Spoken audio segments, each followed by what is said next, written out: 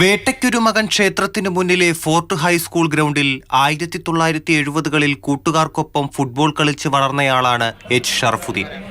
മുടങ്ങിക്കിടന്ന ക്ഷേത്ര കമ്മിറ്റിയുടെ പ്രവർത്തനം പുനഃസംഘടിപ്പിച്ചപ്പോൾ ഷറഫുദ്ദീൻ കണക്കപ്പിള്ളയായി. എന്നും നിസ്കരിക്കുന്ന, റംസാൻ കാലത്ത് നോമ്പു നോൽക്കുന്ന വിശ്വാസി. 6ാം ക്ലാസ് മുതൽ പഠിക്കാൻ വന്നത് മുതലുള്ള ബന്ധമാണ്. കൂട്ടുകാരൊക്കെ ഇവിടെ കളിക്കുന്നുണ്ട്.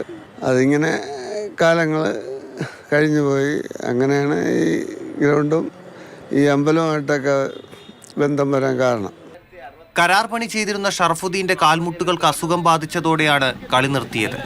പരിശീലകനായും ടീമിന്റെ മാനേജറായും പ്രവർത്തിക്കുന്ന അദ്ദേഹം എല്ലാവർക്കും ആശാനാണ്. അമ്പലത്തിലെ കാര്യങ്ങൾക്ക് ഉൾപ്പെടെ ആശാനെ എന്നാണ് വിളിക്കുന്നത്. പക്ഷേ ഞങ്ങൾ അദ്ദേഹത്തിൻ്റെ പേര് ഷറഫുദ്ദീൻ ആണെന്ന് പറയാൻ ഞങ്ങൾക്കൊന്നും ഒരു മടിയുമില്ല. സന്തോഷ് ട്രോഫിയിൽ ഏറ്റവും കൂടുതൽ ഗോളടിച്ച റെക്കോർഡിനുടമയായ അപ്പുക്കുട്ടൻ നായർക്ക് ഫുട്ബോൾ കഴിഞ്ഞാൽ വേട്ടയ്ക്കൊരു മകനാണ് ദൈവം. ഞങ്ങളെല്ലാം ഒരുമിച്ചാണ് പോകണം. അതിൽ അഭിപ്രായ വ്യത്യാസങ്ങളോ മറ്റുള്ള ജാതി മതം അതൊന്നും ഇതിനകത്തില്ല.